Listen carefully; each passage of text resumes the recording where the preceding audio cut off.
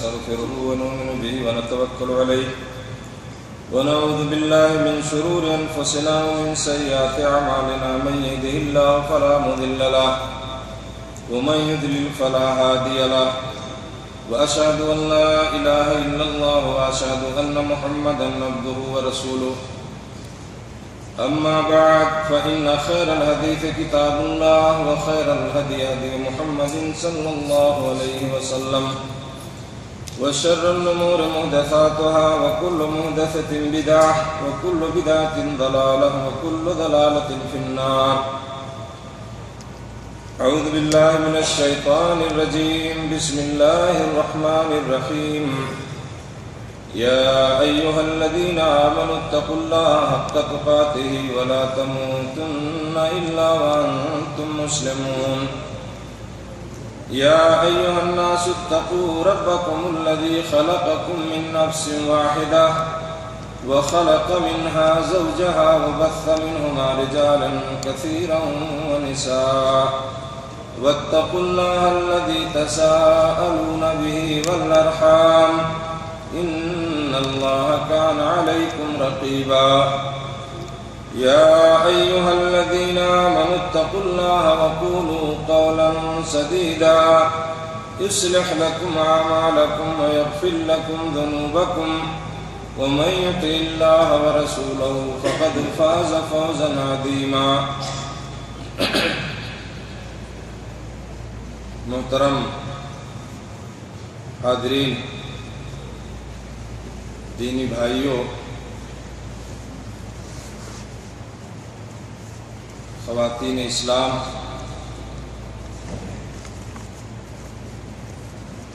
آج کے اس ہفتہ واری پروگرام میں جو مخصوص ٹاپک پہ ہوتا تھا، ہمارے شیخ محترم ابو عدنان منیر قمر صاحب حفظہ اللہ کا یہ پروگرام والا دن ہے اور آج کے دن انہی کا درس ہوتا تھا. ان کے نہ رہنے کی وجہ سے کہیں دعوتی پروگرام میں ہے، اس لیے مجھے آپ لوگوں کے درمیان حاضر ہونے کا موقع ملا ہے. احباب کی طلب پر اور جو موضوع مجھے دیا گیا، کچھ احباب نے موضوع منتخب کیا، وہ ہے اللہ رب العالمین کی خشیت، اللہ کا خوف. موضوع بہت اہم ہے اور انشاءاللہ العزیز قرآنی آیات اور احادیث، اسی طرح سے کچھ واقعات اس سلسلے میں جو حدیثوں سے ثابت ہیں، انشاءاللہ بیان کروں گا. اللہ رب العالمین سے توفیق چاہتے ہوئے رب العالمین سے دعا کہ اللہ تعالیٰ اس مختصر وقت سے ہمیں فائدہ اٹھانے کی توفیق دے اور کچھ باتیں میں آپ لوگوں کے سامنے عرض کر سکوں. محترم دینی بھائیوں،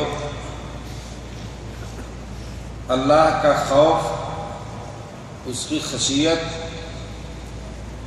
اس کی بہت اہمیت ہے اور اس کا بہت بڑا مقام ہے. بلکہ یہاں تک کہ کچھ علماء نے اس کو ایمان کی شرطوں میں شمار کیا ہے کہ ایمان کی شرط یا ایمان کا تقاضا یہ ہے کہ اللہ رب العالمین کا خوف اور اس کی خشیت جو ہے ایک مومن کے اندر ہونی چاہیے. اللہ نے فرمایا سورہ توبہ میں فَاللَّهُ أَحَقُّ أَن تَخْشَوْهُ إِن كُنتُم مُّؤْمِنِينَ. اللہ رب العالمین اس بات کا زیادہ حقدار ہے، وہی اس کا مستحق ہے کہ اسی سے ڈرا جائے. اگر تم ایمان والے ہو، تم مومن ہو تو تم اللہ سے ڈرو، یہ اس کا حق ہے. اور ایک ایسی صفت ہے یہ اللہ کی خشیت، اس کا خوف، اس کا ڈر، کہ یہ صرف ان لوگوں میں پائی جاتی ہے جو اللہ کے متقی اور صالح بندے ہوتے ہیں۔ عام لوگوں میں یہ چیز آپ نہیں پائیں گے، لیکن ان لوگوں میں جو اللہ سے ڈرنے والے لوگ ہیں، اس کے متقی بندے ہیں، اور جو صالحین ہیں اور حقیقت میں جو اولیاء ہیں، جو اللہ کے دوست، اللہ کے نیک بندے ہیں، انہی کے اندر یہ چیزیں پائی جاتی ہیں۔ اللہ تعالیٰ نے فرمایا سورہ انفال میں، انما المؤمنون الذين اذا ذكر الله وجلت قلوبهم واذا تليت عليهم آياته زادتهم ايمانا وعلى ربهم يتوكلون۔ اللہ نے فرمایا اس آیت میں کہ جب اللہ کا ذکر آتا ہے تو مومن وہ لوگ ہیں کہ جب اللہ کا ذکر ہوتا ہے، اللہ کا ذکر کیا جاتا ہے تو ان کے دل جو ہے ڈر جاتے ہیں۔ وجلت قلوبهم وَإِذَا تُلِيَتْ عَلَيْهِمْ آيَاتُهُ، جب اللہ کی آیتیں انہیں پڑھ کر سنائی جاتی ہیں تو وہ آیتیں ان کے ایمان کو اور زیادہ کر دیتی ہیں۔ وَعَلَىٰ رَبِّهِمْ يَتَوَكَّلُونَ، اور وہ اپنے رب پر توکل کرتے ہیں، بھروسہ کرتے ہیں۔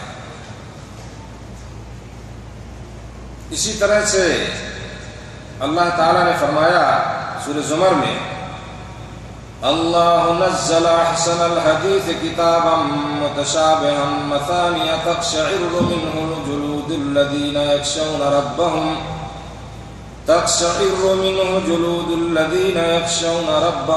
ثم تلین جلودهم وقلوبهم الى ذکر اللہ ذلك هدى الله يهدي به من يشاء ومن يضلل الله فما له من هاد۔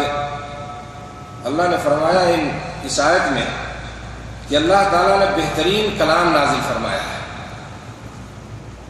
جو ایسی کتاب ہے کہ آپس میں ملتی جلتی اور بار بار دہرائی ہوئی آیتوں کی ہے، جس سے ان لوگوں کے رونگٹے کھڑے ہو جاتے ہیں جو اپنے رب کا خوف رکھتے ہیں، اور اخیر میں ان کے جسم اور دل اللہ کے ذکر کی طرف نرم ہوتے ہیں۔ یہ اللہ تعالیٰ نے میرے دوستو ان لوگوں کے بارے میں بتایا کہ حقیقت میں جو ایمان والے لوگ ہیں اور جن کے دلوں میں اللہ کے ذکر سے ڈر پیدا ہوتا ہے، کپ کپی طاری ہو جاتی ہے، تو اللہ نے فرمایا کہ ایسے لوگوں کا دل جو ہے اللہ کے ذکر کی طرف نرم ہوتا ہے۔ اللہ رب العالمین نے بنی اسرائیل کا واقعہ ذکر کیا ہے سورہ بقرہ میں، آپ پڑھتے ہوں گے آیتیں، آپ کو یہ چیزیں معلوم ہوں گی، اور اس میں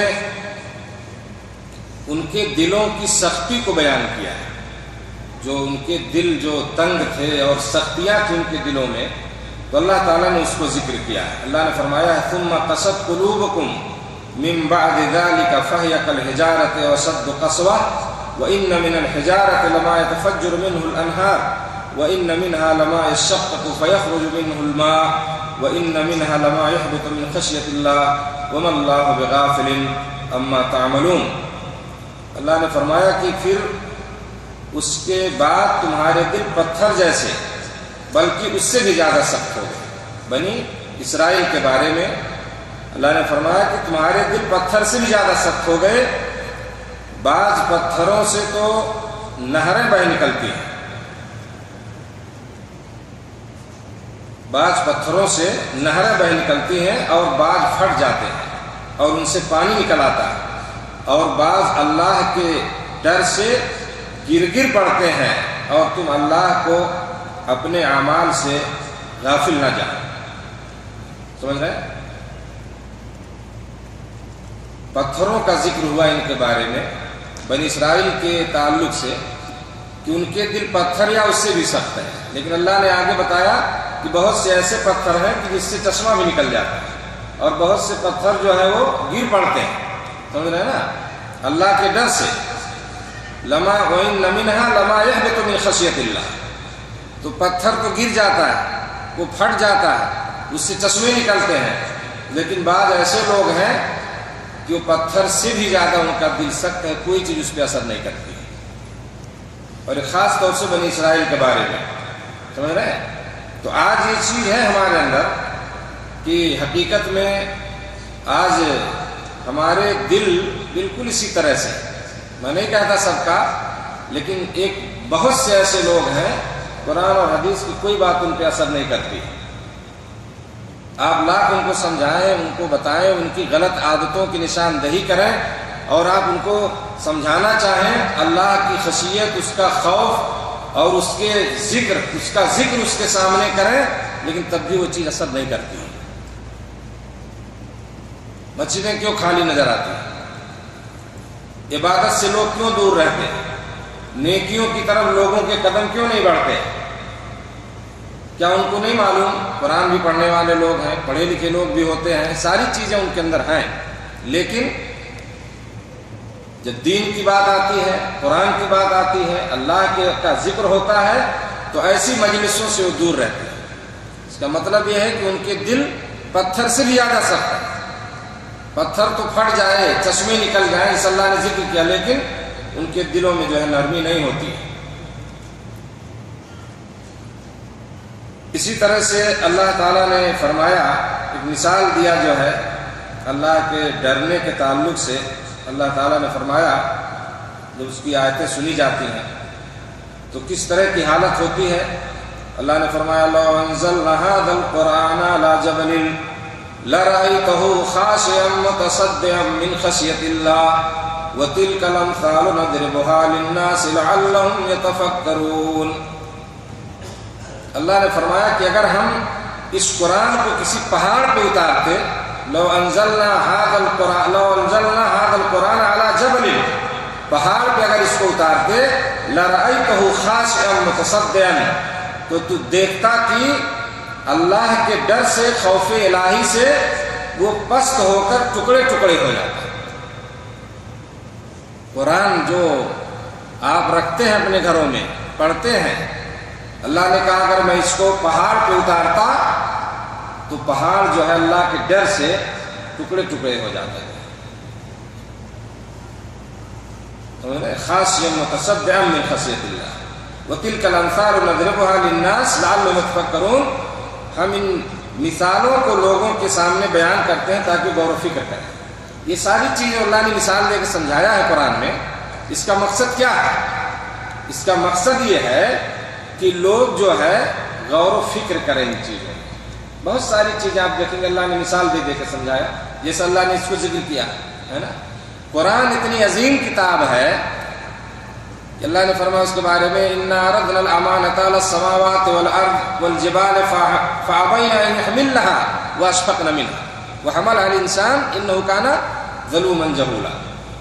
اللہ نے کہا ہم نے اس کو پیش کیا، امانت نہیں قرآن کو، آسمان پہ، پہاڑوں پہ، زمین پہ سب انکار کر دیا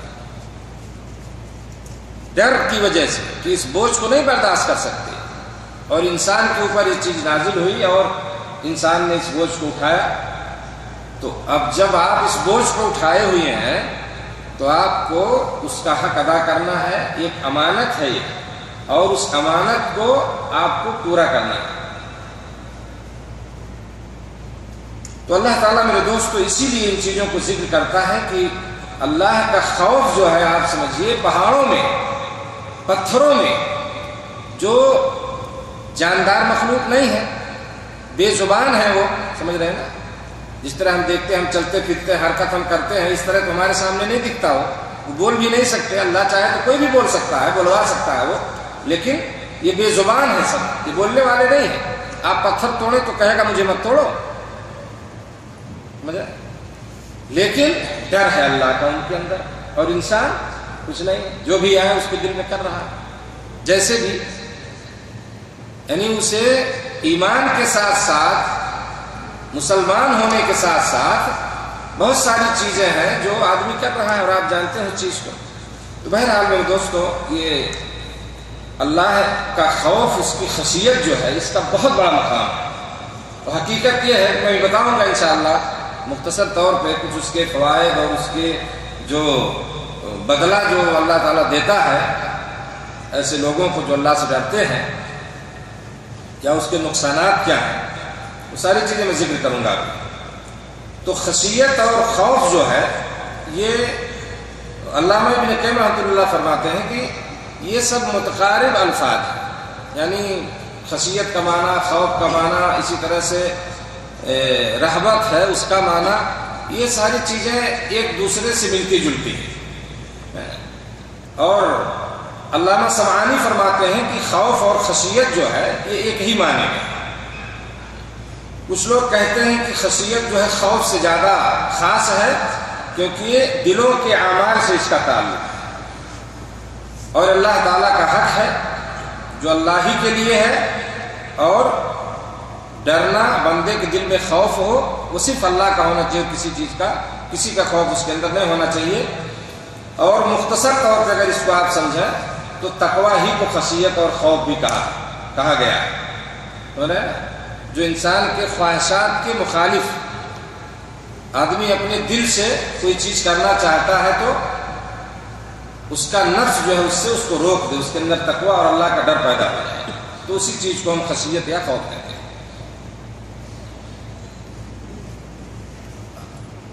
اس کی فضیلت بہت ہے اور اس کی اہمیت بہت ہے، اور اللہ تعالیٰ نے اپنے نیک بندوں کے صفات میں اس کو ذکر کیا ہے. اللہ نے فرمایا ہے قرآن میں وَلَا تَزِرُ وَازِرَةٌ وِزْرَ أُخْرَىٰ، کوئی بھی بوجھ اٹھانے والا دوسرے کا بوجھ نہیں اٹھائے گا. اگر کوئی گرہ بار، لمبی آیت ہے میں اس کا ترجمہ پڑھ دینا چاہتا ہوں، وَإِن تَدْعُ مُثْقَلَةٌ إِلَىٰ حِمْلِهَا لَا يُحْمَلُ مِنْهُ شَيْءٌ وَلَوْ كَانَ ذَا قُرْبَىٰ، کہہ رہے ہیں کہ اگر کوئی گرہ بار یعنی بوجھ اٹھانے والا دوسرے کو اپنا بوجھ اٹھانے کے لیے بلائے گا تو اس میں سے کچھ بھی نہیں اٹھائے گا، اگرچہ وہ قرابت دار ہی کیوں نہ. وَلَوْ كَانَ ذَا قُرْبَىٰ إِنَّمَا تُنذِرُ الَّذِينَ يَخْشَوْنَ رَبَّهُمْ بِالْغَيْبِ وَأَقَامُوا الصَّلَاةَ وَمَنْ تَزَكَّىٰ فَإِنَّمَا يَتَزَكَّىٰ لِنَفْسِهِ وَإِلَى اللَّهِ الْمَصِيرُ. اللہ نے فرمایا کہ تو صرف انہی کو آگاہ کر سکتا ہے، انہی کو ڈرا سکتا ہے جو غائبانہ طور پر اپنے رب سے ڈرتے ہیں اور نمازوں کی پابندی کرتے ہیں، اور جو بھی پاک ہو جائے، پاکی حاصل کرے، تزکیہ حاصل کر لے، وہ اپنے ہی نفع کے لیے پاک ہوگا اور اللہ ہی کی طرف لوٹنا ہے. سمجھ رہے ہیں؟ اللہ تعالیٰ نے یہاں بتایا کہ کوئی آدمی کسی کو بوجھ نہیں اٹھا سکتا، کسی دوسرے کا بوجھ نہیں اٹھائے گا.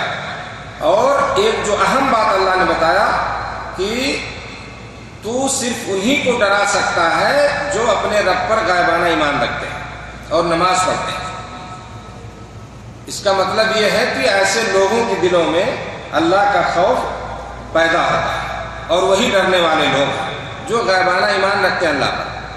اللہ نے فرمایا سورہ بقرہ کے شروع میں الف لام میم ذالک الکتاب لا ریب فیہ ھدی للمتقین الذین یؤمنون بالغیب ویقیمون الصلاۃ ومما رزقناہم ينفقون. تو مومنوں کی ایک صفت، اہم صفت یہ ہے کہ مومن وہ غائبانہ طور پر غائب کی چیزوں پہ ایمان رکھتا ہے. رب کو نہیں دیکھے ہم، اللہ کو کسی نے نہیں دیکھا، ہمارا ایمان ہے اس پر.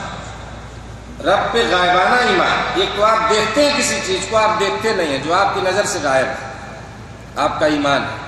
جنت جہنم ہمارا غائبانہ ایمان ہے اس پر کہ وہ چیز ہے. اللہ نے جو ذکر کیا قرآن میں، نبی صلی اللہ علیہ وسلم نے جو فرمایا وہ چیز صحیح اور ثابت ہے، غائبانہ ایمان ہے. جہنم کا عذاب، قبر کا عذاب، یہ ساری چیزیں جو آپ دیکھتے نہیں لیکن آپ کا ایمان ہے ان چیزوں پر.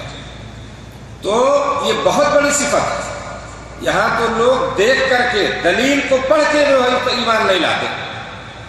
ایک آدمی پڑھ رہا ہے چیزوں کو اور اس کو نہیں مانتا. قرآن کے دلائل موجود ہیں، حدیث سے دلیلیں موجود ہیں، اور آپ ان کو سمجھائیں، دکھائیں کھول کے بخاری کی روایت ہے ایسا کرو، نہیں مانتے. اور آپ تو دیکھتے نہیں کسی چیز کو.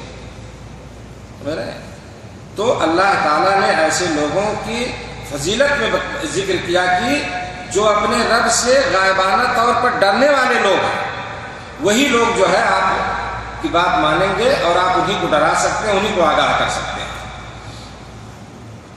اسی طرح اللہ نے فرمایا کہ ان الذین هم من خشية ربهم مشفقون والذين هم بآيات ربهم يؤمنون والذين هم بربهم لا يشركون والذين يؤتون ما آتوا وقلوبهم وجلة أنهم إلى ربهم راجعون. اللہ نے فرمایا کہ بے شک وہ لوگ جو اپنے رب کی ہیبت سے ڈرتے ہیں اور وہ لوگ جو اپنے رب کی آیتوں پر ایمان رکھتے ہیں، ایمان لاتے ہیں، اور وہ لوگ جو اپنے رب کے ساتھ شرک نہیں کرتے ہیں، اور وہ لوگ جو دیتے ہیں، جو کچھ دیتے ہیں اور ان کے دل کپ کپاتے ہیں جو اپنے رب کی طرف لوٹنے والے ہیں. تو یہاں جو ہے یہ مومنوں کی صفات ہیں، اچھے لوگوں کی صفات بیان کی گئی ہیں کہ ان کے اندر خشیت پائی جاتی ہے اور اللہ رب العالمین سے جو ہے وہ ڈرتے ہیں.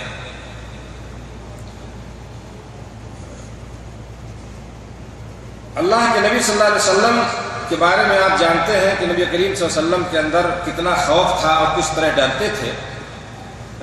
کئی موقعوں پہ اللہ علیہ وسلم نے فرمایا ہے کہ میں تم سے زیادہ اللہ سے ڈرنے والا ہوں، میرے اندر اللہ کا ڈر تم سے کہیں زیادہ ہے. حضرت انس بن مالک کی ایک روایت ہے، کہتے ہیں کہ اللہ کے نبی صلی اللہ علیہ وسلم نے ایک بار خطبہ دیا، صحابہ موجود تھے، آپ نے خطبہ دیا. فرماتے ہیں کہ میں نے اس کے مثل کبھی کوئی خطبہ نہیں سنا، ما سمعت مثلھا قط.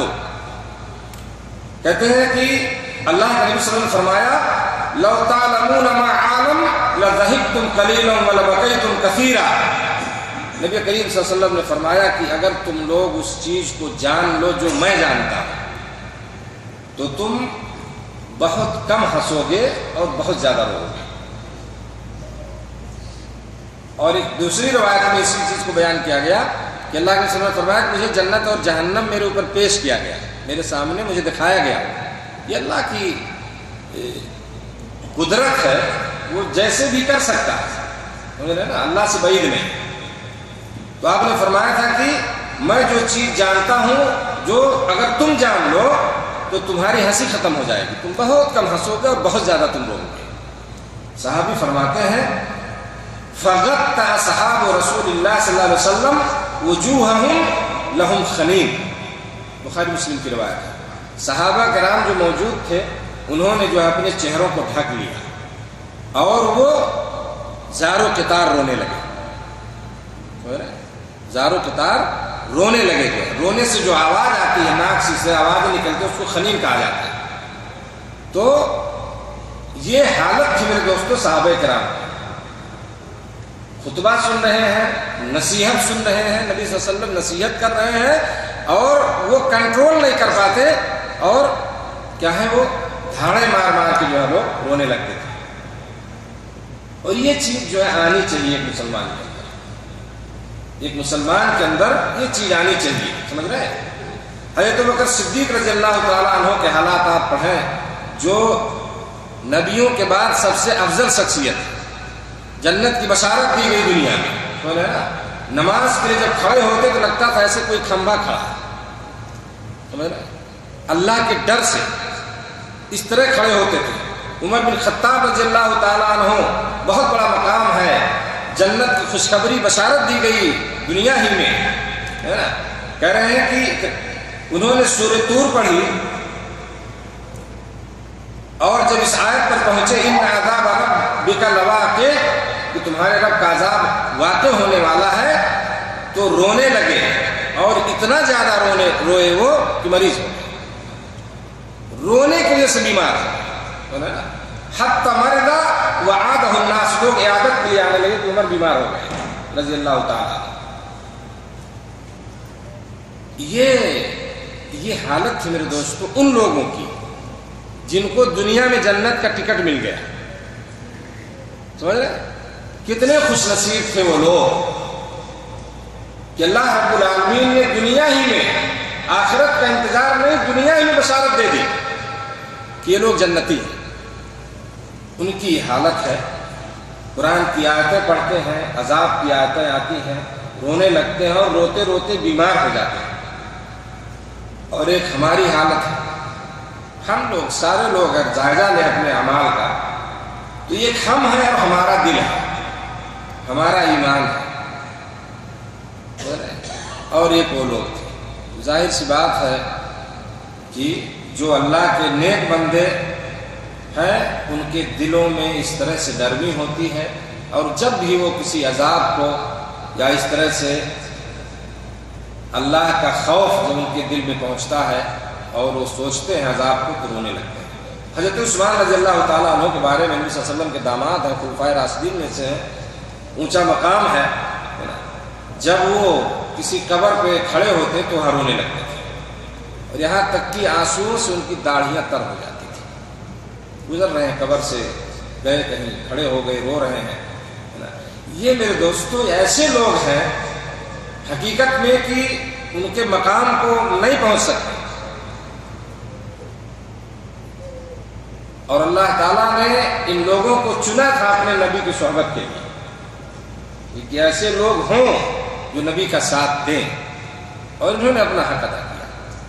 تو یہ ان کی زندگی یا ان کی زندگیاں جو ہیں یہ ہمارے لیے عبرت کی چیز ہے، اور ہمیں ان سے عبرت لینا چاہیے اور اپنے اندر یہ چیز پیدا کرنی چاہیے. اللہ کا ڈر میرے دوستوں جب لوگوں کے دلوں میں پیدا ہوتا تھا تو یہ گنہگار آدمی، یہ غلطی کرنے والا آدمی، وہ خود جو ہے اللہ کے نبی صلی اللہ علیہ وسلم کے پاس پہنچ کے اور اپنی اس غلطی کی حد اور سزا کا مطالبہ کرتے تھے. سمجھ رہے؟ ماعز بن اسلمی کا واقعہ مشہور ہے حدیث کی کتابوں میں، مسند احمد میں، مسلم میں، ابو داؤد میں. سمجھ رہے؟ عبداللہ بن بریدہ حدیث کے راوی ہیں، وہ فرماتے ہیں کہ وہ اپنے باپ سے روایت کرتے ہیں کہ ماعز بن مالک اسلمی وہ اللہ کے نبی صلی اللہ علیہ وسلم کے پاس آئے.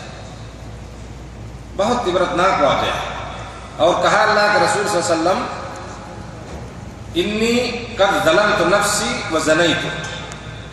اللہ کے نبی صلی اللہ علیہ وسلم میں نے اپنے نفس پر ظلم کیا اور مجھ سے زنا کاری ہو گئی، میں نے زنا کر لیا، اور میں چاہتا ہوں کہ آپ مجھے پاک کر دیں. وَإِنِّي أُرِيدُ أَن تُطَهِّرْنِي. تو آپ صلی اللہ علیہ وسلم نے ان کو لوٹا دیا. جاؤ، لگتا ہے پتہ نہیں آپ نے کچھ نہیں کہا چلے جاؤ. حدیث کے الفاظ فَلَمَّا كَانَ مِنَ الْغَدِ أَتَى. دوسرے دن پھر آئے، کہا اللہ کے رسول صلی اللہ علیہ وسلم مجھ سے زنا سرزد ہو گیا، میں نے گناہ کر لیا ہے، آپ مجھے پاک کر دیں. آپ نے دوبارہ لوٹا دیا، چلے جاؤ.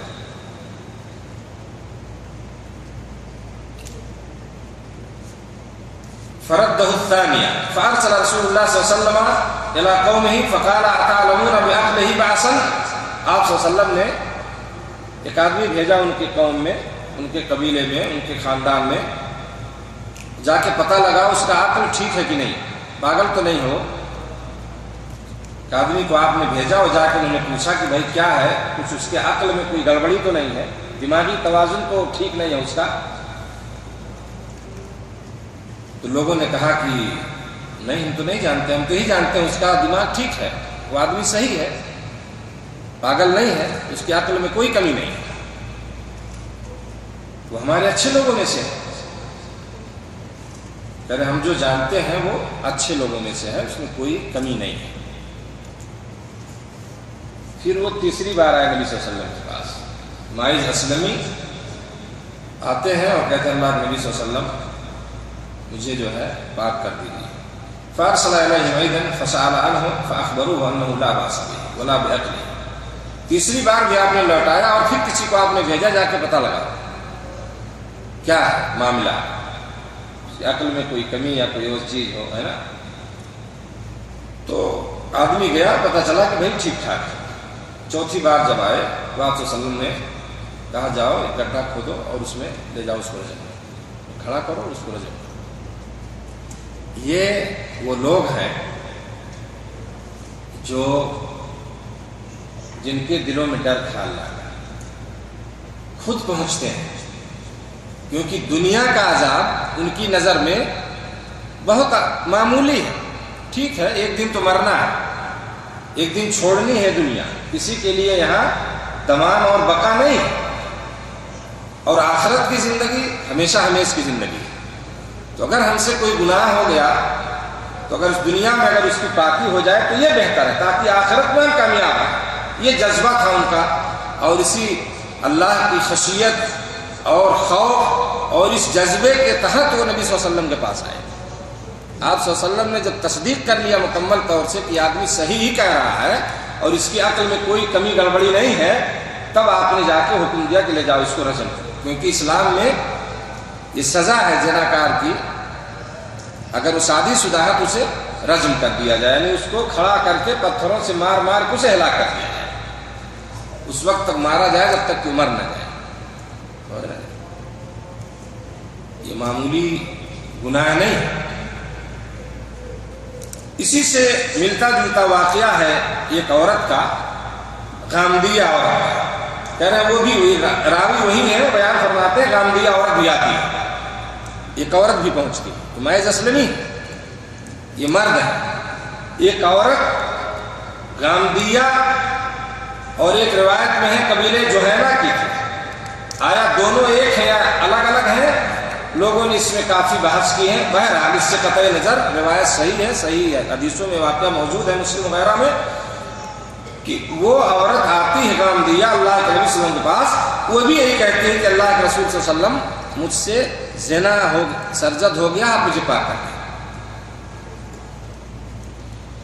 آپ صلی اللہ علیہ وسلم نے اسے لوٹا دیا. دوسرے دن آئی، آپ صلی اللہ علیہ وسلم نے کہا کہ اللہ کے رسول کیوں آپ مجھے لوٹا رہے ہیں، میں نے غلطی کی ہے، کیا آپ مجھے اس طرح اسی لیے لوٹاتے ہیں اس طرح سے جیسا آپ نے مائز کو لوٹایا تھا. مائز اسلمی کا واقعہ اسے پتا تھا. اس نے کہا جس طرح آپ نے مائز کو لوٹایا اسی طرح مجھے بھی لوٹا رہے ہیں. واللہ میں زنا سے حاملہ ہوں، عمل ٹھہر گیا زنا کی وجہ سے. تو آپ نے فرمایا اما لا فذهبي حتى تلدي، ٹھیک ہے جاؤ، تم حاملہ ہو جاؤ، اور جب تک بچہ پیدا نہ ہو جائے مت آنا. گئی وہ، بچہ پیدا ہو گیا، بچے کو ساتھ میں لے کر آئے. تو آپ صلی اللہ علیہ وسلم نے فرمایا اس کو لے جاؤ، دودھ پلاؤ، جب یہ دودھ چھوڑ دے گا تب لے کے آئے. یہ رحمت للعالمین تھی میرے دوست. وما ارسلناک الا رحمت للعالمین. نبی کا اخلاق تھا یہ، سمجھ رہے ہیں؟ نبی صلی اللہ علیہ وسلم کے اخلاق کو دیکھ کر کے لوگ ایمان لاتے تھے. بڑے بڑے دشمن بھی اپنا سر ٹیک دیتے تھے، سمجھ رہے ہیں؟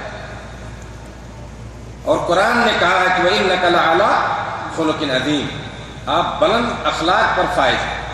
چاہتے تو آپ رجم کروا سکتے تھے لیکن نہیں، بچے کا کوئی قصور نہیں، بچہ اس کے پیٹ میں. آپ نے کہا لے جاؤ تم اس کو، جب وہ دودھ چھوڑ دے تب لے کے آنا. لے گئی وہ، بچہ کچھ کھانے کے قابل ہو گیا، دودھ کی حاجت اسے نہیں رہ گئی. حدیث میں آتا ہے اتتہ بالصبی فی یدہ کسرۃ خبز، اس حال میں بچے کو لے کے آئے نبی صلی اللہ علیہ وسلم کے پاس. اس بچے کے ہاتھ میں روٹی کا ایک ٹکڑا تھا، تاکہ اس سے بھی نبی صلی اللہ علیہ وسلم کو یقین ہو جائے کہ اب اسے دودھ کی ضرورت نہیں ہے. روٹی دیکھ کر کے آپ صلی اللہ علیہ وسلم کو اس سے یقین ہو جائے گا. اس کے ہاتھ میں روٹی کا ٹکڑا بھی پکڑا رکھا تھا. کہتی ہے ہاں آیا نبی اللہ قد فتنتہ وقد اکل الطعام، میں نے اس کو دودھ پلا دیا ہے اور وہ کھانا کھانے لگا. یہ بچہ جو ہے کھانا کھاتا ہے. آپ صلی اللہ علیہ وسلم نے بچے کو مسلمانوں میں سے کسی ایک آدمی کے حوالے کر دیا. پھر آپ کا حکم ہوا، اس کے لیے گڈھا کھودا گیا اس کے سینے تک، فحفر لہا الی صدرہا، اور آپ صلی اللہ علیہ وسلم نے لوگوں کو حکم دیا کہ لے جاؤ اسے رجم کرو. سمجھ رہے ہیں؟ خالد بن ولید مشہور جنرل ہیں اور فوج کی کمانڈری کرتے تھے اسلام میں آنے کے بعد. فوجی مہارت انہیں جو حاصل تھی کسی کو حاصل نہیں. خالد بن ولید رضی اللہ تعالیٰ عنہ بھی موجود تھے. انہوں نے ایک پتھر لیا اور اس کے سر میں مار دیا. لوگ رجم کر رہے ہیں، پتھروں سے مار رہے ہیں اس کو، ٹھیک ہے، کیونکہ اسلام میں کی سزا وہی ہے. انہوں نے بھی مارا تو خون جو ہے کہ چھینٹے ان کے کپڑے پہ پڑ گئے، ان کے چہرے پہ پڑ گئے. خالد بن ولید کے چہرے پر مارنے کی وجہ سے نزدیک سے گئے ہوں گے، مارے ہوں گے. اور اب منظر کو سوچیں کہ ایک زندہ انسان کو اس طرح سے مار مار کے اس کو ہلاک کیا جا رہا ہے. ہم تو سن لیتے ہیں، بیان ہو جاتا ہے، پڑھ لیتے ہیں، تھوڑی دیر کے لیے اگر آپ اس کو سوچیں کہ وہ منظر کیسا رہا ہوگا. ہم کو تھوڑی سی تکلیف برداشت نہیں ہوتی ہے، لیکن وہ اللہ کی نیک بندی، اللہ کے نیک بندے جن کے دل میں اللہ کا ڈر پیدا ہوا، انہوں نے اس کو برداشت کر لیا کہ ٹھیک ہے جو بھی ہو، ہمیں یہ چیز، ہمیں پاک ہونا ہے اپنے اس گناہ سے. خالد بن ولید نے مارا اور وہ چھینٹا جو ہے اس کے سر سے آ کر کے ان کے چہرے پہ پڑ گیا، تو کچھ انہوں نے الٹا سیدھا کہہ دیا. فسبہ، سبا کے معنی گالی دینا ہوتا، لیکن بہرحال کوئی الٹی بات جو ہے، مطلب کوئی ایسی چیز انہوں نے کہہ دیا جو نبی صلی اللہ علیہ وسلم نے سنا کہ وہ اس کو کچھ کہہ رہے ہیں، الٹی سیدھی بات کہہ رہے ہیں. تو کہا، نبی صلی اللہ علیہ وسلم نے فرمایا، خالد بن، اے خالد ٹھہر جاؤ تم. والذی نفسی بیدہ لقد تابت توبۃ، جس کے ہاتھ میں میری جان ہے، اس ذات کی قسم، اس نے ایسی توبہ کی ہے کہ اگر اسے کسی ٹیکس والے آدمی پر، سمجھ رہے نا، جو ٹیکس لینے والے ہیں، لو تابہا صاحب مقصد لغفر لہ، اگر وہ ایسی توبہ کوئی ٹیکس لینے والا آدمی ایسے کر لیتا جو ناجائز ٹیکس وصولتے ہیں، تو اس کی بخشش ہو جاتی. پھر آپ نے حکم دیا، ان کے جنازے کی نماز پڑھی گئی اور اسے دفن کر دیا گیا. قبیلے جوہینہ کی عورت کے بارے میں جو واقعہ ہے، اس میں کچھ الفاظ زیادہ ہیں. جب اسے رجم کر دیا گیا تو اللہ کے نبی صلی اللہ علیہ وسلم اس کی جنازے نماز پڑھانے کے لیے آگے بڑھے. حضرت عمر رضی اللہ تعالیٰ عنہ نے اعتراض کر دیا کہ اللہ کے نبی صلی اللہ علیہ وسلم، یہ بدکار عورت، انہوں نے ہی سوچا ہوگا کہ بدکار عورت کی جنازے کی نماز آپ پڑھانے جا رہے ہیں. تو آپ صلی اللہ علیہ وسلم نے اس وقت فرمایا تھا کہ اس نے ایسی سچی توبہ کی ہے کہ اگر اس کی توبہ کو مدینہ کے 40 لوگوں میں، لو قسمت بین 40 لوسعتہم، اگر 40 لوگوں میں اس کی توبہ کو تقسیم کیا جاتا تو اس کی وجہ سے 40 لوگوں کی لیے کافی ہو جاتا، ان کی بخشش ہو جاتی. سمجھ رہے ہیں؟ تو یہ ہے میرے دوستو احساس اپنے گناہ کا. آج تو آدمی گناہ پہ گناہ، گناہ پہ گناہ، ساری برائیاں، سمجھ رہے ہیں، لیکن اللہ کا ڈر اور اس کا خوف پیدا نہیں ہوتا ہمارے دلوں میں. اسی لیے آج جو ہمارے معاشرے کی حالت ہے اور جو ہمارے سماج کی جو حالت ہے وہ آپ کے سامنے ہے، وہ بیان کرنے کی چیز نہیں ہے. عبداللہ بن مسعود رضی اللہ تعالیٰ عنہ فرماتے ہیں کہ مومن آدمی اپنے گناہ کو ایک چٹان کی طرح دیکھتا ہے. وہ کیسے سمجھتا ہے؟ جیسے کوئی ایک چٹان بڑی ہو اور وہ ڈرتا ہے کہ اس کے اوپر چٹان گر نہ جائے. اور منافق جو ہے اپنے گناہ کو کس طرح دیکھتا ہے؟ فرماتے ہیں یرا ذنبہ کذباب، ایک مکھی کی طرح سے جو اس کے ناک پر بیٹھے اور اڑ جائے. ہے نا، ٹھیک ہے، مکھی بیٹھی اڑ گئی، یعنی ایسے ہی اس کو حقیر سمجھتا ہے، اس کی کوئی اہمیت نہیں. لیکن مومن جو ہوتا ہے وہ اپنے گناہ کو حقیر نہیں سمجھتا ہے. گناہ ہے، تو ہے نا، اگر کبیرہ گناہ ہو تو بہرحال وہ اور خطرناک. تو اپنے گناہ کو ایک چٹان کی طرح سمجھتا ہے کہ وہ چٹان میرے اوپر گر نہ جائے. تو یہ چیز میرے دوستوں ہونی چاہیے ہمارے اندر. اور جب یہ احساس ہوگا تو ہر آدمی کے اندر اللہ کا ڈر پیدا ہوگا اور آپ کے دلوں میں اس کا خوف اور اس کی ہیبت طاری ہوگی.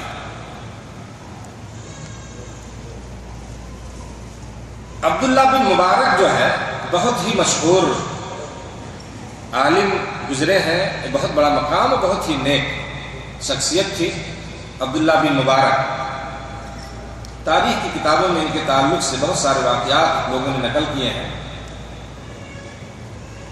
کہہ رہے ہیں کہ یہ قاسم بن محمد نام کے ایک شخص ہیں، وہ کہتے ہیں کہ ہم عبداللہ بن مبارک کے ساتھ سفر میں تھے. میں ایک مثال دیتا ہوں کہ کس طرح سے یہ اللہ کے نیک بندوں کے اندر اللہ کی خشیت اور اس کا ڈر پیدا ہوتا ہے. کہہ رہے ہیں ہم ان کے ساتھ ایک سفر میں تھے تو ہمارے دل میں یہ چیز کھٹکتی تھی کہ کون سی ایسی خوبی ان کی ہے کہ جو لوگ ان کا بہت مقام ہے اور لوگ ان کو بہت اچھا سمجھتے ہیں، لیکن اس آدمی کی کہ کوئی یہ فضیلت کیسے حاصل ہے، اس کی ٹوہ میں لگ گیا۔ سفر میں تھے وہ کہ آدمی کے اندر جو شہرت انہیں ملی ہے، ایک مقام و مرتبہ جو ان کو ملا ہے، وہ کس وجہ سے ہے؟ ہم نماز پڑھتے ہیں جیسے نماز پڑھتے ہیں، اگر وہ روزہ رکھتے ہیں تو ہم بھی روزہ رکھتے ہیں، اگر وہ حج کرتے ہیں تو ہم نے بھی حج کیا، ہم بھی حج کرتے ہیں۔ تو کہہ رہے ہیں ہم شام کی طرف جا رہے تھے، کہیں راستے میں ایک جگہ ہم رکے اور کھانا کھانے کے لیے ایک گھر میں، تو چراغ جل رہا تھا، وہ بجھ گیا اچانک، وہ چراغ اچانک بجھ گیا۔ کہہ رہے ہیں کہ زیادہ دیر کے لیے نہیں، فکانت حنیہۃ، یعنی تھوڑا دیر یا تھوڑا سا وقفہ چراغ بلا اور ہم میں سے کیا ہے پھر جو ہے روشنی ہوئی، کسی نے چراغ کو جلا دیا۔ کہنے فنظرت الی وجہہ رحمہ اللہ تعالی، کہنے میں نے ان کے چہرے کی طرف دیکھا تو آنسوؤں سے ان کی داڑھیاں تر ہو چکی تھی، تھوڑے سے وقفے میں، مطلب تھوڑا سا انہیں جو اندھیرا ملا اور وہ اللہ کا خوف ان کے دل میں پیدا ہوا اور وہ اسی وقت رونے لگے، اور اتنا روئے کہ ان کے داڑھیاں جو ہے آنسوؤں سے تر ہو گئی۔ فرماتے ہیں میں نے اپنے دل میں یہ سوچا اور میں نے اپنے نفس سے یہ کہا اپنے دل میں کہ یہی وہ ڈر ہے جس کی وجہ سے اس آدمی کو ہم پر فضیلت حاصل ہے، ایک مقام جو ان کو ملا ہے معاشرے میں اسی وجہ سے ملا ہے۔ ایسا لگتا ہے کہ شاید جب وہ روشنی غائب ہوئی تو اس وقت انہوں نے کیا ہے قیامت کی تاریکی کو اور اس منظر کو انہوں نے یاد کر لیا، سوچ لیا جو، اور یہ رونے لگے، متاثر ہو گئے۔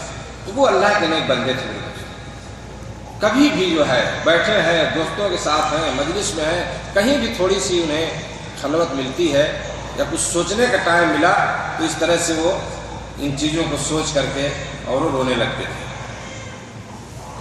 اور سب سے زیادہ جن لوگوں کے دل میں اللہ کا ڈر پیدا ہوتا ہے وہ کون لوگ ہیں؟ وہ علماء، جنہیں علم ہے دین کا، وہ حلال و حرام کو، نیکی بدی کو، اچھائی برائی کو جاننے والے لوگ، وہ لوگ سب سے زیادہ اللہ سے ڈرنے والے ہیں۔ اور اس کو اللہ نے کہا قرآن میں انما یخشی اللہ من عبادہ العلماء، اللہ سے ڈرنے والے لوگ اللہ کے بندوں میں سے کون ہیں؟ جو علماء ہیں۔ آدمی کا علم جتنے زیادہ ہوگا اس کے اندر خشیت بڑھے گی، وہ جانتا ہے یہ چیز حرام ہے، یہ چیز غلط ہے، اس کی سزا یہ ہے، تو جب اس کے علم میں اضافہ ہوگا تو اللہ کا ڈر بھی، اس کی خشیت بھی جو ہے بڑھے گی اس کے دل میں، اور علم جب کم ہوگا تو اللہ کا خوف بھی اس کے دل سے کم ہوتا جائے گا، اللہ کی خشیت اس کے دل میں کم ہوتی جائے گی۔ تو یہ لوگ جو ہے علماء جو ہیں، یہ کوئی ضروری نہیں ہے کہ وہ ڈگری ہولڈر علماء مراد ہیں، جن کے پاس دین کا نالج ہے، علم ہے، وہ جانتے ہیں مسائل کو، حلال و حرام کو سمجھتے ہیں اور اچھائی برائی میں تمیز کر سکتے ہیں، تو ایسے لوگ کیا ہے اللہ سے زیادہ ڈرنے والے لوگ۔ یہ اللہ نے خود قرآن میں کہا۔ اللہ کے سے ڈرنے کے کچھ اسباب ہیں اور وہ میں ذکر کرنا چاہتا ہوں۔ پہلی چیز تو یہ ہے کہ کس طرح سے اللہ کا ڈر پیدا ہوگا؟ اللہ کا ذکر جو ہے، سمجھ رہے ہیں؟ اللہ کا ذکر جو ہے وہ اللہ کا خوف جو ہے وہ پیدا کرتا ہے، سمجھے نا؟ الذین اذا ذکر اللہ وجلت قلوبہم، اللہ نے فرمایا کہ جب اللہ کا ذکر کیا جاتا تو ان کے دل جو ہے ڈر جاتے ہیں، اس میں خوف پیدا۔ تو اللہ کا ذکر، آپ جتنے اللہ کو یاد کریں گے، اس کا ذکر کریں گے، آپ کے دل میں اتنے جو ہے خوف پیدا ہوگا۔ دوسری چیز ہے اللہ رب العالمین کے غضب کی سختی ہے نا، اس کو اگر آپ سوچ لیں کہ اللہ تعالیٰ کس طرح انتقام لینے والا ہے، کس طرح اس کا غضب ہوگا، کہیں اللہ کا غضب نہ نازل ہو جائے، سمجھ رہے ہیں نا؟ اللہ نے فرمایا وَكَذَلِكَ أَخْذُ رَبِّكَ إِذَا أَخَذَ الْقُرَىٰ وَهِيَ ظَالِمَةٌ إِنَّ أَخْذَهُ أَلِيمٌ شَدِيدٌ۔ اسی طرح تمہارے رب کی پکڑ ہے جب کسی قریہ کو، کسی گاؤں کو وہ پکڑتا ہے جو ظالم، جہاں کے لوگ ظالم ہو، جب اللہ انہیں پکڑتا ہے تو ان اخذہ علیم شدید، اس کی پکڑ جو ہے بڑی سخت ہوتی ہے، بڑی دردناک ہوتی ہے۔ اور اللہ نے اس نے قرآن میں فرمایا اس جگہ ان بطش ربک لشدید، تمہارے رب کی پکڑ بہت سخت ہے، جب اللہ پکڑ لے گا تو کوئی بچا نہیں سکتا ہے، سمجھ رہے ہیں؟ لاکھ کوئی تدبیر کر لے لیکن اللہ جب جس کو پکڑے گا، جس پر اگر اللہ کا غضب جس کے اوپر نازل ہو گیا، دنیا کی کوئی طاقت اسے نہیں بچا سکتی۔ جتنا بڑا آدمی ہو، اگر وہ ظالم ہے اور اس کا مستحق ہے کہ اس پر اللہ کا غضب نازل ہو تو اللہ تعالیٰ چھوڑتا نہیں، مہلت دیتا ہے لیکن چھوڑتا نہیں ہے، مہلت دے گا، انہیں ٹھیک دے گا، لیکن جب حد سے تجاوز لوگ کر جائیں گے تو پھر کیا ہے، اللہ تعالیٰ پکڑتا ہے اور اللہ کی پکڑ سخت ہے۔ تو یہ بھی ایک سبب ہے کہ جب آپ اس اللہ کی پکڑ کو، اس کے غضب کو ایک بندہ سوچتا ہے تو اس کے دل میں اللہ کا خوف پیدا ہوتا ہے۔ اسی طرح سے ان دو فرشتوں کے بارے میں غور و فکر کرنا جن کو اللہ تعالیٰ نے نیکیاں اور برائیاں لکھنے کے لیے متعین کر دیا ہے، کرامن کاتبین یعلمون ما تفعلون، وہ جانتے ہیں فرشتے، اس کے بارے میں اگر آپ سوچتے ہیں تو آپ کے اندر خوف پیدا ہونا ہی ہونا ہے۔ اگر حقیقت میں آپ کے اندر ایمان ہے تو ان چیزوں کو سوچ کر کے کہ اللہ رب العالمین نے ہمارے ساتھ انہیں متعین کر دیا ہے اور وہ ہماری ہر چیز کو نوٹ کر رہے ہیں، یہ شعور اگر پیدا ہوا تو آپ ڈریں گے، آپ گناہ کے قریب نہیں جا سکتے۔ لیکن یہ کون سوچنے والے لوگ ہیں؟ اگر ایک مسلمان سوچ لے اس چیز کو، اگر کیمرہ لگا ہو آفس میں تو بڑے اچھے سے لوگ رہتے ہیں، آج کل تو زیادہ لوگ جو ہے اچھے بننے کی کوشش کر رہے ہیں، بن چکے ہیں۔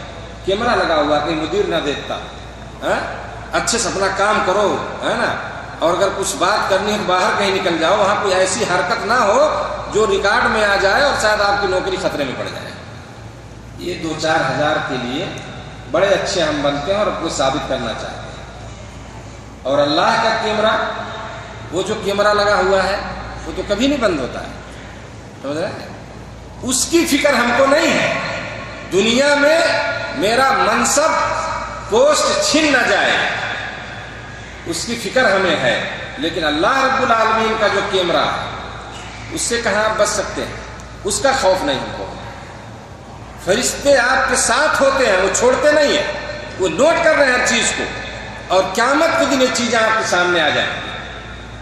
اللہ تعالیٰ انہی اعمال کو تولے گا اور اسی کے حساب سے فیصلہ کرے گا، سمجھ رہے ہیں؟ اللہ نے فرمایا قرآن میں کہ وَنَضَعُ الْمَوَازِينَ الْقِسْطَ لِيَوْمِ الْقِيَامَةِ، ہم قیامت کے دن انصاف کا ترازو قائم کریں گے۔ اور میرے دوستو، یہ چیز آپ جانتے ہیں کہ ہمارے اعمال تولے جائیں گے ترازو پہ، نیکی اور بدی جو رجسٹر، جو دفتر بھاری ہوگا اسی حساب سے اللہ فیصلہ کرے گا، جنت کا جہنم۔ تو یہ چیز ہم نہیں سوچتے ہیں، واللہ یہ ساری باتیں ہوتی ہیں اور یہ بیانات، یہ پروگرام لاکھوں خرچ کر کے جو ہے بڑے بڑے پروگرام ہم منعقد کر رہے ہیں، بڑے بڑے علماء کو بلایا جاتا ہے نا، لیکن اس پروگرام کے بعد وہی رفتار بے ڈھنگی جو پہلے تھی وہ اب اصلاح ہماری ہوتی کیوں نہیں؟ سمجھ رہے ہیں؟ آج مسلمانوں میں جو محنت ہو رہی ہے وہ اگر غیروں میں ہو تو اس کا کہیں زیادہ فائدہ ہے۔ تو میرے دوستو، کیا ہے، فرشتوں کے بارے میں اگر آپ سوچیں تو یہ آپ کے اندر اس سے خشیت پیدا ہوگی۔ اسی طرح سے موت کے بارے میں سوچنا، موت کے جو سکرات ہیں اور جو ہے جو سختیاں ہیں اس کو اگر آپ سوچیں تو آپ کے اندر اللہ کا خوف پیدا ہوگا۔ اسی طرح سے قیامت کے دن کا وقوف جو ہے، اللہ کے سامنے کھڑا ہونا اور حساب و کتاب آپ کا ہوگا، اس منظر کو اگر آپ سوچ لیں، ان زلزلۃ الساعۃ شیء عظیم، اللہ نے فرمایا ہے نا، قیامت کے دن نا کا جو زلزلہ ہے وہ کیا ہے، بہت عظیم ہوگا، اور اس دن کیا ہے آپ جانتے ہیں کتنا سخت منظر ہوگا، کوئی کسی کو نہیں پہچانے گا، ہر آدمی ایک دوسرے کو دیکھ کر بھاگے گا، رشتہ دار اپنے رشتہ دار کو، بیوی شوہر کو، شوہر بیوی کو، بیٹا باپ کو، سب جو ہے کوئی نہیں پہچانے گا کسی کو، اس کے قریبے نہیں جائے گا کوئی، جس کے لیے دنیا میں اتنی محنت کرتے ہیں۔ تو اس منظر کو اگر ایک مومن یاد کرتا ہے تو اس کے اندر انشاءاللہ وہ خشیت اور خوف پیدا ہوگا۔ اسی طرح سے آپ کے اعضائے جوارح جو آپ کام کرتے ہیں، ہاتھ، پیر، آنکھ، ناک، یہ ساری چیزیں، یہ اس کے بارے میں آپ اس کے خطرات کو جب آپ سوچیں گے، کیونکہ یہ آپ کے خلاف گواہی دیں گے قیامت کے دن، جانتے ہیں اس چیز کو؟ اللہ نے فرمایا کہ ان کی زبانوں پہ مہر لگا دیں گے اور ان کے پیر اور ہاتھ بولیں گے۔ یہ ہاتھ جس سے آپ کسی کو مارتے ہیں، کسی پہ ظلم کرتے ہیں، پیر چل کے آپ کسی گناہ کے کام کی طرف جاتے ہیں، یہ پیر بولے گا، زبان بند ہو جائے گی۔ اگر اس کو آپ سوچ لیں، ہم سوچیں، اگر ہمارے اندر یہ چیز آ جائے تو یقیناً اگر آپ نے دل سے سوچ لیا تو اللہ کا خوف پیدا ہوگا، لیکن سوچتے نہیں ہیں، سمجھ رہے ہیں؟ سوچتے نہیں۔ تو یہ ساری چیزیں میرے دوست، آپ کے اعضائے جوارح جو ہیں، یہ آپ کے باڈی کے جو پارٹس ہیں، آپ ہی کے خلاف بولیں گے۔ تو اس منظر کو آپ یاد کریں، سمجھ رہے ہیں؟ اسی طرح سے سوئے خاتمہ کے بارے میں کہ کہیں ایسا نہ ہو کہ ہمارا خاتمہ برا ہو۔ آدمی زندگی بھر نماز پڑھا، نیک تھا، نیکیوں کی طرف بڑھا ہوا، لیکن جب خاتمہ ہوا تو اچھی طرح سے نہیں ہوا، اس کا خاتمہ بالخیر نہیں ہوا۔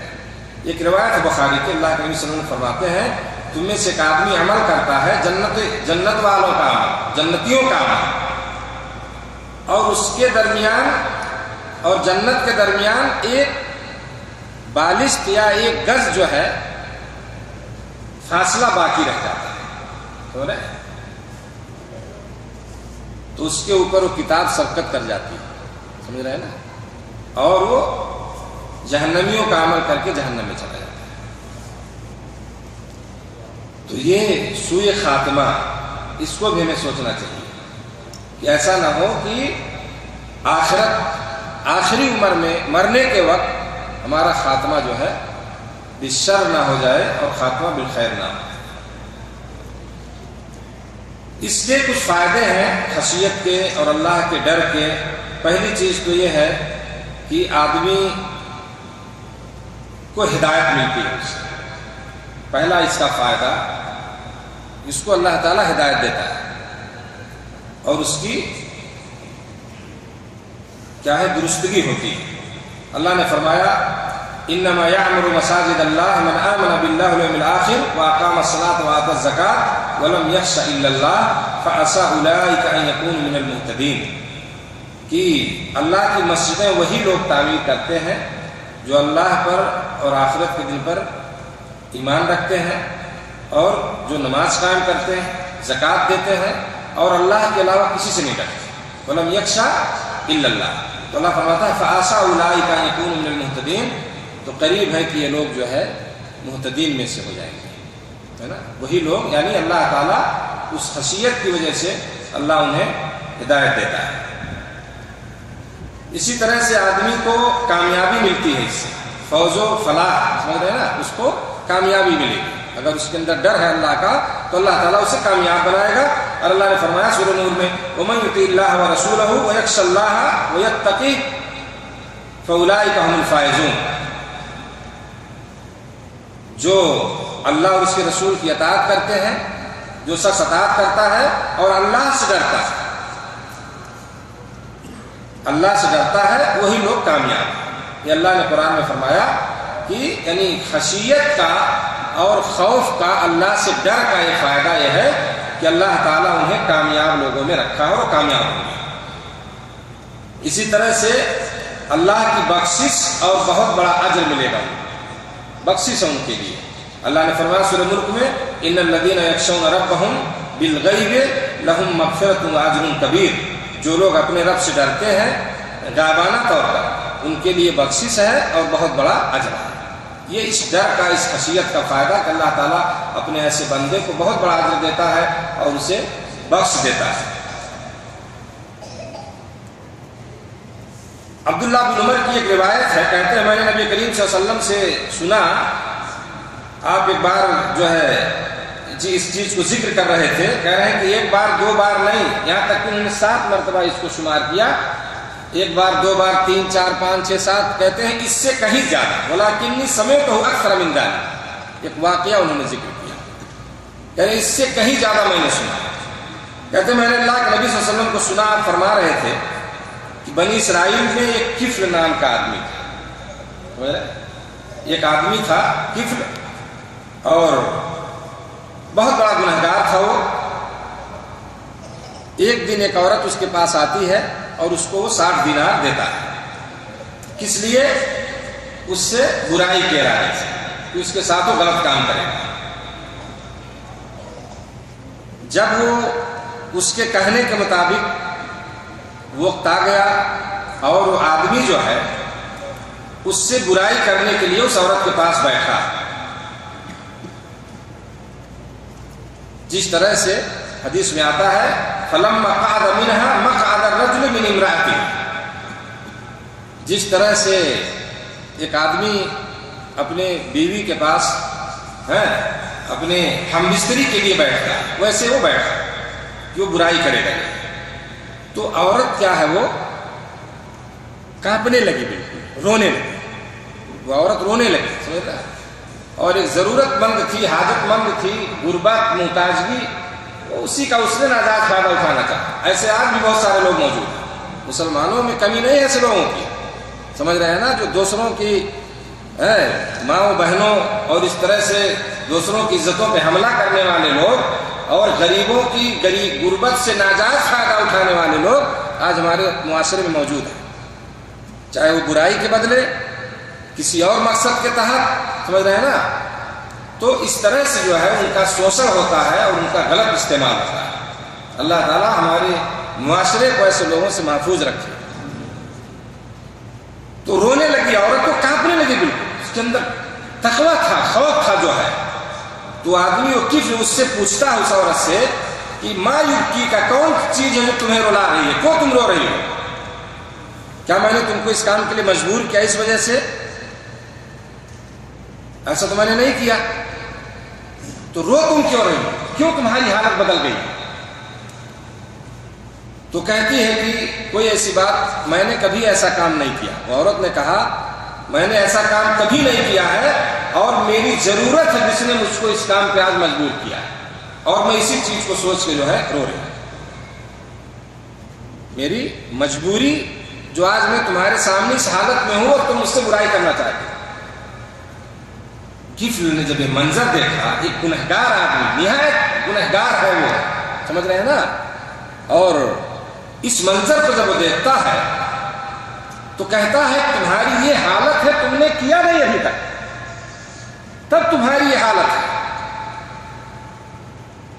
اپنے کو سوچنے لگا وہ کہ میں کتنا بڑا گنہگار ہوں۔ کہا کہ تم نے ابھی کام بھی مجھ سے، میں نے برائی نہیں کیا، تم سے چیز سرزد نہیں ہوئی، اور اس سے پہلے تمہاری یہ حالت ہو گئی۔ اس کے دل میں آیا کہ واقعی میں اس کام کے قریب نہیں جانا چاہیے، اور اس نے کیا کیا، کہا جاؤ، چھوڑ دیا اس کو، کہا جاؤ جو میں نے تم کو پیسہ دینار دیا تھا تمہارے لیے،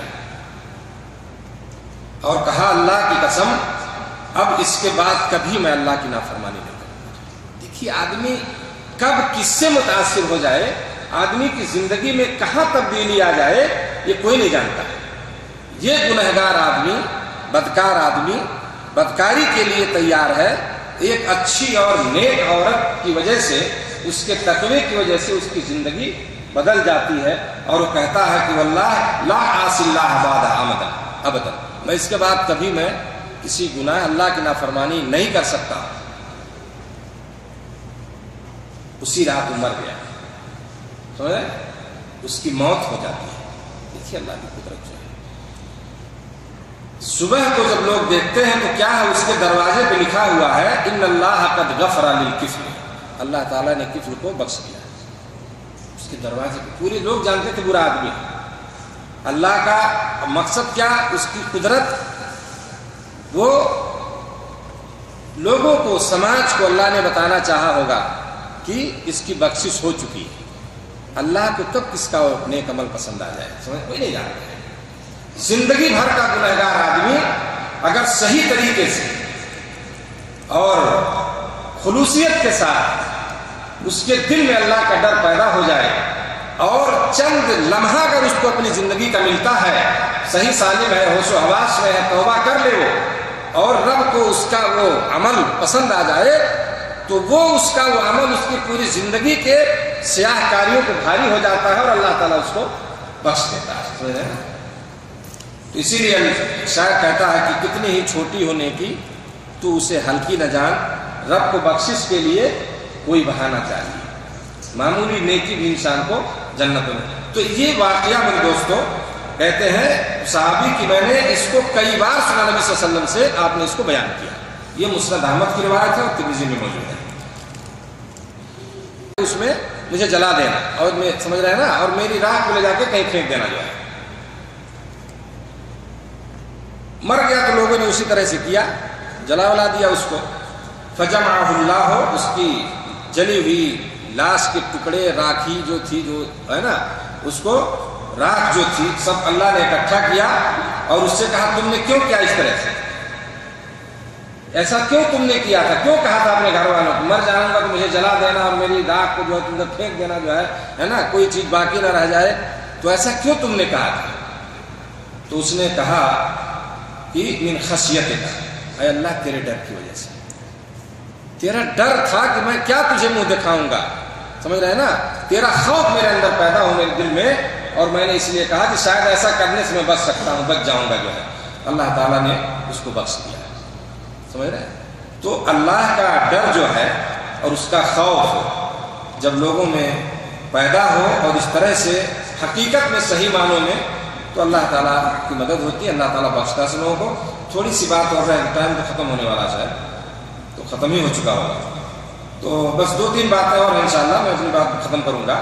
اور اس کے فائدے میں سے ایک چیز کیا ہے، ایک فائدہ یہ ہے کہ اللہ تعالیٰ کشادگی عطا کرتا ہے، مصیبت سے اس کو نکالتا ہے اور نجات دیتا ہے۔ اور مشہور واقعہ غار والوں کا، میں اب اس کو تفصیل میں نہیں جاؤں گا۔ 3 لوگ جو سفر کر رہے تھے اور راستے میں بارش ہونے لگی، ایک غار میں چھپ گئے، تو تینوں نے جو ہے اپنے عمل کو یاد کر کے اللہ سے دعا کی تھی، اور آپ لوگ سنا ہوں گے، بارہا اس کو آپ نے سنا ہوگا، سمجھ رہے ہیں نا۔ تو اس میں سے ایک آدمی نے کہا کہ اللہ رب العالمین جو ہے، میں اپنے بکریاں چراتا تھا، دودھ دوہ کے لا کے میں پہلے جو ہے اپنے والدین کو پلاتا تھا، اور ایک بار ایسا ہوا کہ میں کہیں دور چلا گیا، جب واپس آیا تو ہمارے والدین سو چکے تھے، میں دودھ کا پیالہ لے کے سرانے کھڑا تھا، میرے بچے بھوک سے رو رہے تھے، میں نے انہیں نہیں دیا، جب والدین ہمارے بیدار ہوئے تب میں نے کیا ہے انہیں پلایا، اس کے بعد میں نے بچوں کو دیا۔ تو اس نے دعا کی کہ اللہ تعالیٰ اگر تجھے میرا عمل پسند آیا، تیرے لیے اگر میں نے تیری خوشنودی کے لیے کیا، تو اللہ تم کو یہاں سے نکال دیا۔ دوسرے آدمی نے بھی اپنے عمل کو یاد کیا، اچھے عمل کو، اس نے بھی اس کے واسطے سے دعا کی، اور اس نے کہا کہ میری چچا کی لڑکی تھی، میں اسے بہت زیادہ چاہتا تھا، ایک بار اس کو میں نے کچھ پیسے دیے، برائی کا ارادہ ہوا، تو بہرحال جب وہ وقت آیا تو اللہ میں تیرے ڈر سے جو ہے، اس عورت نے منع کیا اور میں تیرے ڈر سے رک گیا، میں نے غلط کام نہیں کیا، تو اللہ مجھے کیا ہے غار سے نکال دے۔ چھوٹی سی چٹان جو ہے تھوڑی سی سرک گئی، پہلے والی کی دعا سے تھوڑی سرکی، دوسرے والی کی دعا سے، اور تیسرے نے جب دعا کیا تو پوری چٹان جو ہے سرک گئی اور وہ لوگ باہر نکل آئے۔ اللہ تعالیٰ نے ان لوگوں کو کیا ہے نجات دیا وہاں سے۔ تیسرے آدمی نے کہا تھا کہ میرے پاس ایک آدمی تھا جو عمل کرتا تھا، کام کرتا تھا، کچھ مزدوری تھی اس کی، وہ چھوڑ کے چلا گیا، بہت دنوں کے بعد لوٹ کے آیا، اور میں نے اس کے اس پیسے کو، اس مزدوری کو میں نے بزنس میں لگا دیا، اور اس سے بہت ساری برکتیں ہوئیں، بہت مال و اسباب تیار ہوئے، بھیڑ بکریاں ساری چیزیں۔ بہت دن کے بعد وہ مزدوری لینے آیا تو میں نے کیا ہے اس سے کہا کہ بھائی یہ جو بکریاں اور یہ جانور دیکھو سب تمہارا، لے جاؤ۔ تو اس نے کہا آپ کیوں مذاق کر رہے ہیں؟ تو کبھی مذاق نہیں کرتا ہوں، اور یہ ایسا واقعہ یہ ہے کہ تمہارے پیسے سے میں نے جو ہے یہ بزنس کیا تھا، یہ سب تمہارا ہے، اور وہ آدمی لے کے گیا۔ تو اللہ تعالیٰ نے اس کی اس عمل کو پسند کیا، اور اس نے دعا کی اس عمل کے واسطے سے، اور اللہ نے ان کو وہاں سے نکال دیا۔ تو اس طرح سے جو ہے اس کے فائدوں میں سے ایک چیز ہے کہ اللہ تعالیٰ ایسے لوگوں کو جنت میں داخل کرے گا اور جہنم سے نجات دے گا۔ اور اسی طرح سے اس کا ایک فائدہ یہ ہے کہ آدمی اگر اللہ کے ڈر سے اور اس کے دل میں اللہ کا خوف پیدا ہو اور اس کے آنکھوں سے آنسو بہہ جائیں، تو اللہ تعالیٰ نے ایسے آدمی کو اپنے عرش کے سائے میں رکھنے کا وعدہ کیا ہے، بشارت کی ہے۔ سمجھ رہے ہیں؟ 7 قسم کے لوگوں کو اللہ کے عرش کے سائے میں جگہ ملے گی۔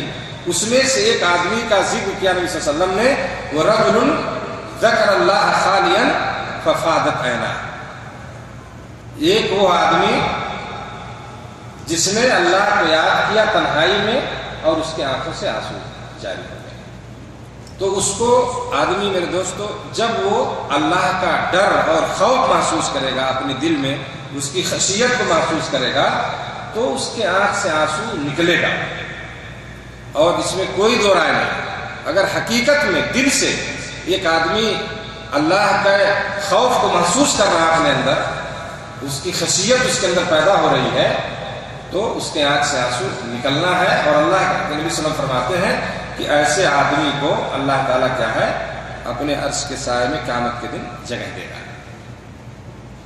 تو یہ چند باتیں تھیں جو ہیں، اور حقیقت یہ ہے کہ جو چیزیں اس میں رکاوٹ بنتی ہیں وہ دنیا کی محبت ہے، لمبی لمبی ہماری امیدیں ہیں، غفلت ہے اور گناہوں کی کثرت ہے، سمجھ رہے ہیں نا، اور اسی طرح سے غلط لوگوں کی صحبت اختیار کرنے سے، فرائض کو ضائع کرنے سے کوئی مطلب نہیں ہے۔ فرائض کیا ہے، سنن کیا ہے، تو یہ چیزیں ایسی ہیں جس سے جو رکاوٹ بنتی ہیں کہ ہمارے دلوں میں اللہ کا ڈر پیدا نہیں ہوتا ہے۔ دنیا کی محبت، برے لوگوں کی سنگت، ان کی صحبت، ٹائم نہیں ملے گا آپ کو، آپ دیکھیں آپ ایسے لوگوں کی کثرت ہے، تو یہ چیزیں رکاوٹ بنیں گی، اس لیے ان چیزوں سے اپنے آپ کو دور رکھنے کی ضرورت ہے۔ اور جو باتیں میں نے عرض کی ہیں، اللہ سے دعا ہے کہ اللہ تعالیٰ مجھے اور آپ تمام لوگوں کو، سارے سننے والوں کو اللہ رب العالمین اس کی توفیق دے کہ ہم اپنے اندر اللہ کا خوف پیدا کریں، اور اس کی خشیت جو ہمارے اندر پیدا ہو۔ رب العالمین جو ہے ہماری اس حاضری کو قبول فرمائے، اور اللہ تعالیٰ ہم سارے لوگوں کی مغفرت فرمائے۔ رمضان کا مہینہ قریب ہے، اور رمضان آپ سے خشیت بھی چاہتا ہے، سمجھ رہے نا، جب اللہ کا ڈر ہوگا تو وہ مہینہ ہمارا اچھی طرح سے گزرے گا، ورنہ وہ عام مہینوں کی طرح سے ہوگا۔ اس لیے اس کی آپ تیاری کریں، اچھی طرح سے جو ہے اللہ سے دعا کریں کہ اللہ تعالیٰ ہم تک جو ہے رمضان کے مہینے کو پہنچائے، جو ہے ہمیں نصیب فرمائے اس مہینے کو۔ اور تقویٰ ہی آپ سے مقصود ہے، صوم کا، روزے کا جو مقصد ہے وہ تقویٰ ہے کہ ہمارے اندر تقویٰ پیدا ہو، اور یہ چیز جب ہوگی تو انشاءاللہ آپ کامیاب رہیں گے۔ اللہ تعالیٰ ہمیں کیا ہے ان چیزوں کی توفیق عطا فرمائے، اور اللہ ہم تمام لوگوں کو ہر قسم کے فتنوں سے محفوظ رکھے، اور امت مسلمہ پر جو مشکلات ہیں اللہ اس کو دور فرمائے۔ وجزاکم اللہ خیرا، والسلام علیکم ورحمۃ اللہ وبرکاتہ۔